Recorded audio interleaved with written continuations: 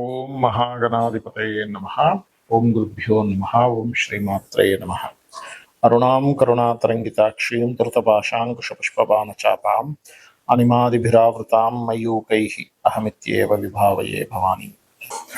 ప్రేక్షకులకి ఆ లలితాంబిక అమ్మవారి యొక్క అనుగ్రహం పరిపూర్ణంగా కలగాలని మనస్ఫూర్తిగా కోరుకుంటూ మనం ఈరోజు సూర్య భగవానుడి యొక్క మార్పు అంటే మిథున రాశి నుంచి కర్కాటక రాశిలోకి జూలై 17వ తేదీ నుంచి ఆగస్టు 17వ తేదీ మధ్యలో ఈ సూర్యుడు కర్కాటకంలో ఉంటాడు.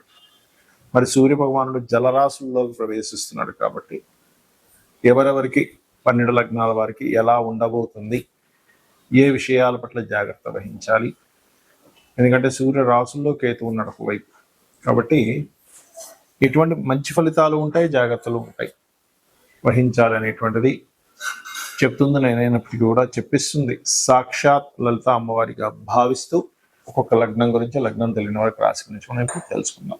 ధనుర్లగ్నము ధనస్సు రాశి. ధనస్సు వారికి కనుక చూసుకున్నట్లయితే లగ్నాధిపతి సప్తమ స్థానంలో ఉన్నందుకు ఇక్కడ ప్రధానంగా సప్తమం అనేటువంటిది ఏదైతే ఉందో ఇది వివాహ సంబంధించిన విషయాలను చెప్పేది.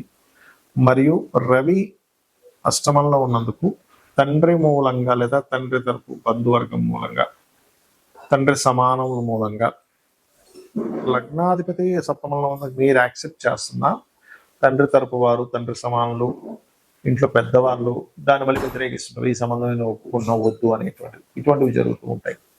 అయితే ఇక్కడ ఈ రవి ఎప్పుడైతే అష్టమంలో ఉన్నాడో ఇచ్చేటువంటి రిజల్ట్స్లో ముఖ్యంగా ఈ కుజుడు అంటే మీకు 12వ అధిపతి, పంచమాధిపతి, మీ లగ్నానికి శుభుడైన కుజుడు దశమంలో ఉన్నాడో ప్రధానంగా దశమ స్థానం అనేటువంటిది ఉద్యోగాన్ని ఇచ్చేటువంటిది కాబట్టి 12వ స్థానాధిపతి ఉన్నందుకు కొంత ఉద్యోగంలో ఒత్తిడి కూడా ఉంటుంది. విదేశాలకు వెళ్ళాలి అనేటువంటి ప్రయత్నం సఫలీకృతం అవుతుంది లగ్నాధిపతి సప్తమ స్థానంలో ఉన్నది.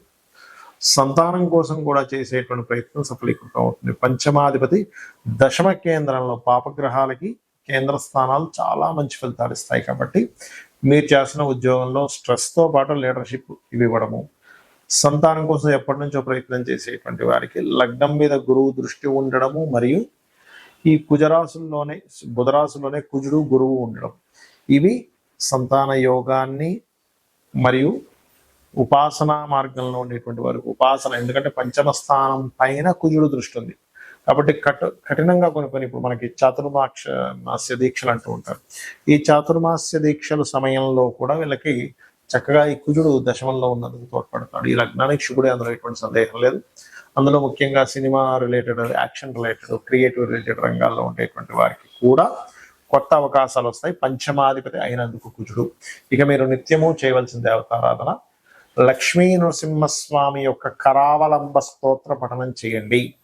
అన్ని విధాలా మీకు బాగుంటుంది. సహజంగా సూర్య భగవానుడు జన్మజాతకంలో ఉన్నప్పుడు ఎటువంటి ఫలితాలు ఇస్తాడు, గోచారంలో ఈ సూర్యుడు కర్కాటకంలోకి ప్రవేశించినప్పుడు ఎటువంటి ఫలితాలు ఇస్తాడు అని చూసుకున్నట్లయితే ఇక్కడ ఎవరికైనా సూర్యుడు ఇచ్చేటువంటి మొట్టమొదటి ఫలితం ఏమిటి? ఆరోగ్యం భాస్కరాదిత్యేది అంటూ ఉంటారు మనకి. అంటే ఆరోగ్యం మీకు చాలా చక్కటి ఆరోగ్యం ఉండాలంటే సూర్య భగవానుడు బాగుండాలి. మరి సూర్యుడు పాడైపోయాడండి, పాపగ్రహాల మధ్యలో ఉన్నాడు, సింహరాశిలో 2 పాపగ్రహాలు ఉన్నాయి అంటే ఇక్కడ ఏమిటి? సూర్య భగవానుడు బాగుండాలి, తన యొక్క గృహం, తన యొక్క ఇల్లు ఏదైతే ఉందో సింహరాశి అవుతుంది బాగుండాలి. అలాగే ప్రతి గ్రహానికి ఉంటుంది.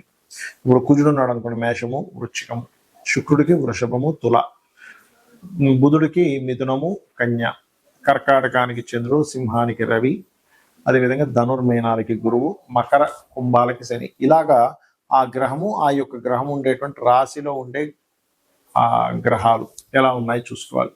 ఆ రకంగా ఎవరికైనా ఉదాహరణకి రవి స్థానం పాడైంది అనుకోండి, దీన్ని పితృదోషము అంటారు. అంటే వంశ అభివృద్ధి అవ్వడానికి ఎక్కడా కూడా గ్రహస్థితులు అక్కడ మనకి సహకరించట్లేదు కాబట్టి దాని పితృదోషము అంటే పితృదేవతల యొక్క అనుగ్రహం ఇవ్వాల్సింది ఇవ్వలేకపోతున్నారు.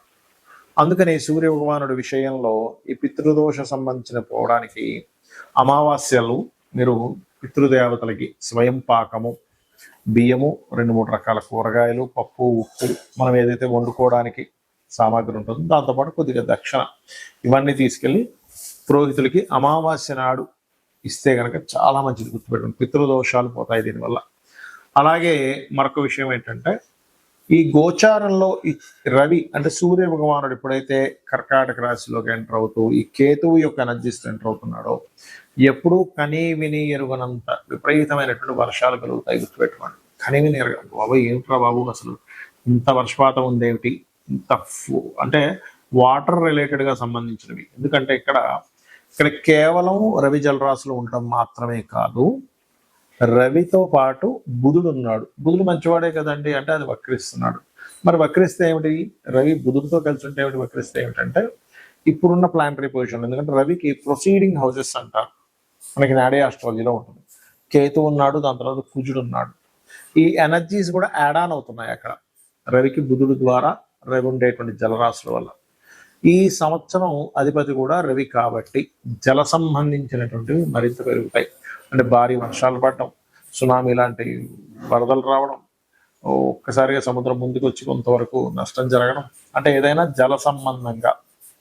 రవి మరలా మీకు కర్కాటక రాశిలోకి వెళ్ళడం, కర్కాటక నుంచి సింహరాశిలోకి వెళ్ళడం కూడా అప్పుడు కొంచెం అగ్ని సంబంధంగా, ఆల్రెడీ అగ్ని సంబంధంగా కుజుడు మనకి సింహరాశిలో వచ్చినప్పటి నుంచి చెప్తున్నాం అగ్ని సంబంధించినవి జరుగుతాయి, అగ్ని ప్రమాదాలు జరుగుతాయి, జాగ్రత్త జాగ్రత్త.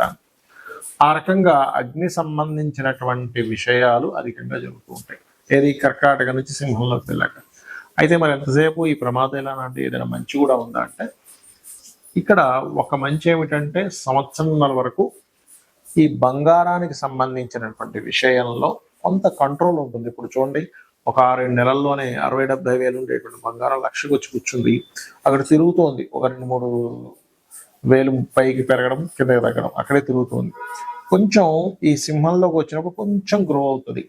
కానీ ఎప్పుడైతే సింహం నుంచి మరలా అంటే ఆగస్టు 15 నుంచి సెప్టెంబర్ 15 మధ్యలో, జూన్ జూలై కదా, సో ఆగస్టు 15 నుంచి సెప్టెంబర్ 17 మధ్యలో కొంత రైజ్ అయ్యి మళ్ళీ దాని తర్వాత కంట్రోల్లో ఉంటుంది బంగారం. కాకపోతే ఈ కుజుడు ఎప్పుడైతే కన్యారాశిలోకి ఎంటర్ అయి అలాగా వృశ్చికము, తులా వృశ్చిక రాశిలో సంచరిస్తుంటాడో ఖచ్చితంగా ఏవైతే మనకి రియల్ ఎస్టేట్ రంగం కుదేలైపోయింది, అయ్యో భూముల రేట్లు రేవనుకునేటువంటివి, ప్రత్యేకంగా భూ సంబంధించినవి, నేనేది అపార్ట్మెంట్స్ విషయంలో కాదు, భూమికి సంబంధించినటువంటివి 100% రేట్లు పెరుగుతాయి. మీరు అవుట్స్కర్ట్స్లో చూడండి, సంవత్సరంన్నర నుంచి ఆగిపోయి ఉన్నాయి అలాగా, రేట్లు పెరగట్లేదు వాళ్ళు అమ్ముకోవట్లేదు, అలా ఉండిపోయి అలా స్ట్రక్ అయిపోయినటువంటి భూ సంబంధించినవి పెరగడం ప్రారంభమవుతుంది. సేల్స్ అనేది పెరుగుతుంది, రొటేషన్ అయిపోయినది పెరుగుతుంది. అలాగే గురువు కూడా మనకి కర్కాటకంలోకి వస్తున్నారు కాబట్టి వెండి ధర కూడా పెరుగుతుందండి. వెండి ధర విపరీతంగా పెరుగుతుంది, గుర్తుపెట్టుకోండి. కాబట్టి వెండి ధర పెరగడము, భూ సంబంధించిన రేట్లు పెరగడము, ఆ పర్టికులర్ మంత్లో గోల్డ్ కొంతవరకు రైజ్ అవ్వడము. కాకపోతే ఒక సంవత్సరాల వరకు కొంత కంట్రోల్లో ఉంటుంది. ఇంకొక మాట చెప్తున్నాను, ఇప్పుడే 4.5 సంవత్సరాల తర్వాత గోల్డ్ రేట్ సడన్ గా డౌన్ అయిపోద్ది.